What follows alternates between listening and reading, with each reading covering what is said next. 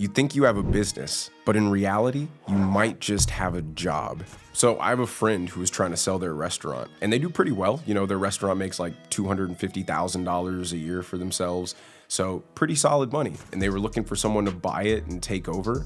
And they found out something crazy. No one wanted to buy their business. I thought this was a really valuable opportunity for me to talk about this because it's something that I actually see quite frequently, which is a lot of people start a business and make a business, but what they don't understand is they don't really have an asset, a tangible asset that is sellable. What they have is just a high-paying job. So what I want to teach you guys in this video is the difference between creating a legitimate business that has intrinsic value that can be sold as an asset and just having a high income earning job or working for yourself. But before I get into the video, make sure you guys smash the like button, subscribe to the channel, turn on the notifications, comment, all that fun stuff. But basically, let's get into it. So my friend's business that makes them $250,000 a year in take-home revenue. Why couldn't they sell it? Well, here are some of the reasons that they ran into and that a lot of businesses run into, and they're not formed and structured in the correct way to actually have intrinsic value as an asset. Now, if you want to be an owner-operator forever, then technically there's nothing wrong with forming the business in the way that my friend did it. But if your goal is to learn how to actually build businesses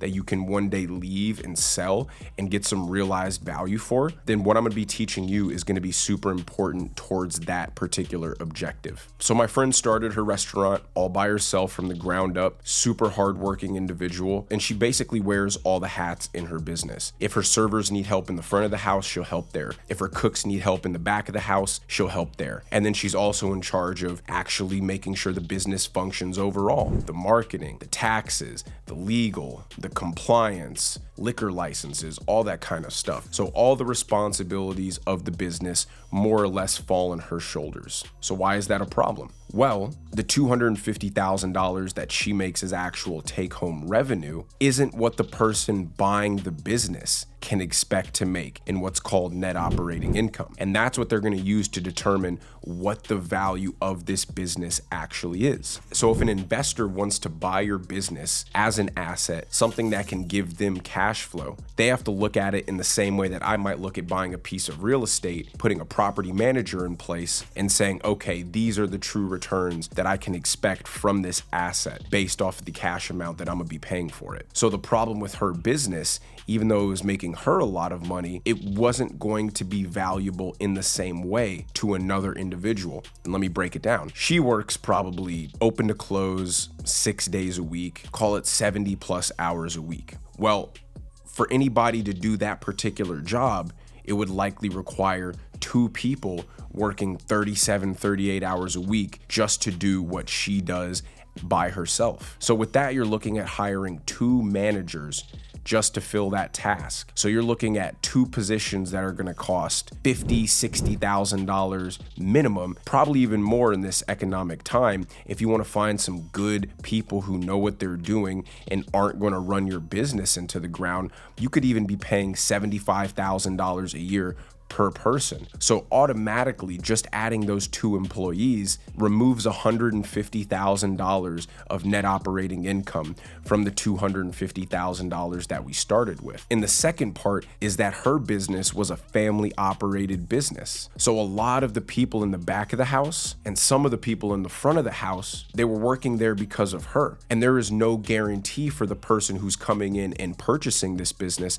that these people have any inclination to stay and work for them. They might just follow her once she sells the business on to the next venture. And that leaves him with the huge problem, which is now you don't have people who know how to cook the food. The investor doesn't know how to cook the food. And so what are they going to do? Hire new people and train them on how to make the food taste the same and be the exact same quality as it was previously, which led to the business growing and becoming popular and making this amount of money for my friend. They have no guarantee that that will happen. And so it puts a significant risk on them. them as an investor that even if they do hire managers and put managers in place, what's stopping the essential people who make the day-to-day run from just leaving or becoming disinterested or demotivated and choosing not to be as productive and perform at the same kind of high level as they were? And that's a key risk for an investor. So when you combine those two aspects of it, you no longer have a tangible business with intrinsic value that somebody else can come in and purchase and expect to see consistent and predictable returns from. And that's why even though she makes $250,000 a year, and even if an investor wanted to put managers in place and that lowered the net operating income to $100,000 a year, that $100,000 isn't guaranteed because of the fundamental issues of the operations of the day-to-day being disrupted by the fact that it's more of a family enterprise rather than just a regular business with employees that are there to do a job for a paycheck. So while there may be tangible net income left over that somebody could ideally make, the risk involved of purchasing this business not knowing if those returns are going to be consistent was just too great for anybody to want to jump on and buy. So my recommendation to you is a few things. Number one would be make sure the people that you hire to fulfill the daily activities of the business are people who are actually there because they want to do the job. That they're not there specifically because they want to work for you or for any other reason that could jeopardize your long-term plans for the business. So I would avoid hiring family. I would avoid hiring friends because these people have an attachment to you that makes them maybe more inclined to work harder or to work longer or to be more detailed because they know that their actions have an effect on your business, which might make them care more, as opposed to if a new owner comes in, they may not like them or get along with them or agree with them, and they have the ability to tank this person's potential business. Number two, once you hire people to fulfill the daily activities of your business, start documenting everything that you do on a daily basis. And after a few months, you'll have a list, a tangible training guide of everything that you need to teach another person on what to do the things that you are able to do for your business. Because the moment you can get that position hired out to now you have actual managers who are handling all of the operational work of making sure that the business is moving properly and chugging along well, then you start to have what looks like an actual business, something that has intrinsic value, where whether you're the owner or somebody else is the owner, the results that they get from it are going to be relatively consistent and predictable. You want to set up processes in place to make sure that the management knows how to do everything they need to do effectively without giving them too much room to have to figure it out for themselves. This is what's going to allow you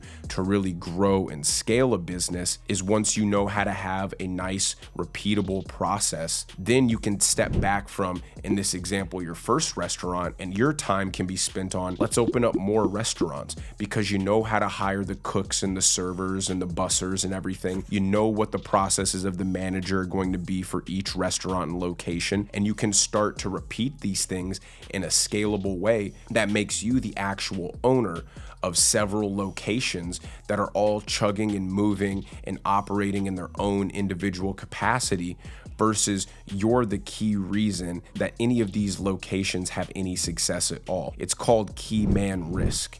When you're an investor and you're looking at buying a business, key man risk is a huge thing that people look at, especially if the CEO or the person in charge of the business is the founder, because they're unsure if the next CEO is going to know as much as you, or they're going to understand the business as much as you, or if the employees that have been there and helped build the thing for so long are going to be loyal to you and aren't going to want to work for somebody else. So key man risk is a very serious factor that investors consider. And the more you reduce the reliance of yourself in the revenue generating activities of the business, the less risky and more predictable your business becomes, which allows investors to be willing to pay a higher multiple for it because there's less risk attached. The processes are streamlined and in place. The employment process and the hiring process is in place, and the managerial process to make everything run and allow the investor to do what they want to do, which is buy an asset and receive cash flow from it, they're all in place and allow them to do that. No investor wants to come and buy and take over a business, and now they're stuck in the weeds in the day-to-day of the operations, and they're forced to be involved in the hiring and the fulfillment, because a lot of times, unless that person has specific knowledge in that area, they just want to buy this business as an investment. They don't want to buy it as a job that they now have to do. And having all of these processes and operational efficiencies worked out is so important, because unless your investor or who's buying your business is also an expert in that particular field, they're not going to be able to operate it in the same knowledgeable and effective way that you are, which kills your buyer pool and really shrinks it down. And if somebody does have that experience in that field, what's stopping them from just opening their own thing and doing things their own way, rather than taking the risk of buying your thing and hoping that they can come in and understand the processes, keep employees around, and do things in the same way that you are doing them. So I hope you guys enjoyed this video. I'm going to be doing a video coming up doing a super deep, detailed dive into how to structure and build a business properly. We're going to be expanding on everything I talked about in this video and really going step by step on how you can build your business, start within it as all founders have to do, wear all the hats, and I'll teach you how to exactly scale out of it step by step in the most effective way possible, and position yourself to really be able to scale, grow your business, and hopefully one day sell it for a ton of money.